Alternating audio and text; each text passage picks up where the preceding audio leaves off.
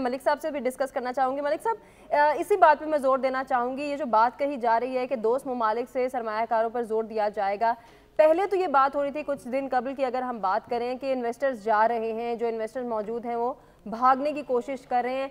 आपको लगता है इस वक्त पाकिस्तान की मईशत इतनी स्टेबल है, या आने वाले वक्त में अगर ये मनसूबा कारआमद साबित होता है तो फिर क्या ये रिलायबल सोर्स साबित हो सकेगी कि इन्वेस्टर्स जो हैं वो पुरएतमाद होकर इन्वेस्ट कर सकें?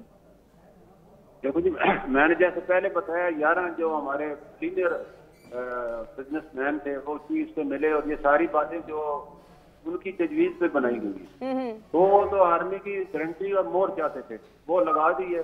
अब तो कोई शक ही नहीं है, और गल्फ ममालिक भी यही चाहते हैं कि जो पाकिस्तान आर्मी है वो अगर वो हमारे साथ मामन करेगी और अपनी गारंटी देगी तो हम इन्वेस्टमेंट करने को तैयार है। सिविल अफसरों में सीधी बात है, को इस्तेमाल दी।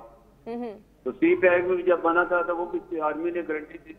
अब इसमें भी वही कह रहे हैं कि ये गारंटी दे हमें, ताकि दावत भी दे, ताकि हमारा कल आज हम इन्वेस्टमेंट लेके आए, कल ये पॉलिसी टैक्सेस हमारा FTR इतना बदनाम हो चुका है, ये सुबह शाम बाद का पॉलिसी चेंज कर देता है।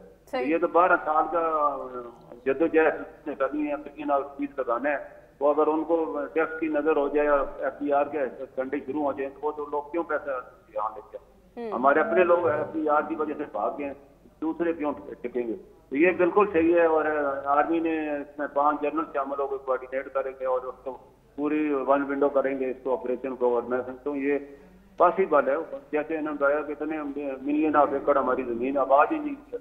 मैं आपको तो पिछले साल जो है 9 मिलियन एकड़ जमीन जो है बीज और खाद होने की वजह से तैयार जमीन पे फसल ही नहीं है, फसल आवृत्ति नहीं हो सकी, कितने हमने लाए थे। ठीक हो गया मलिक साहब।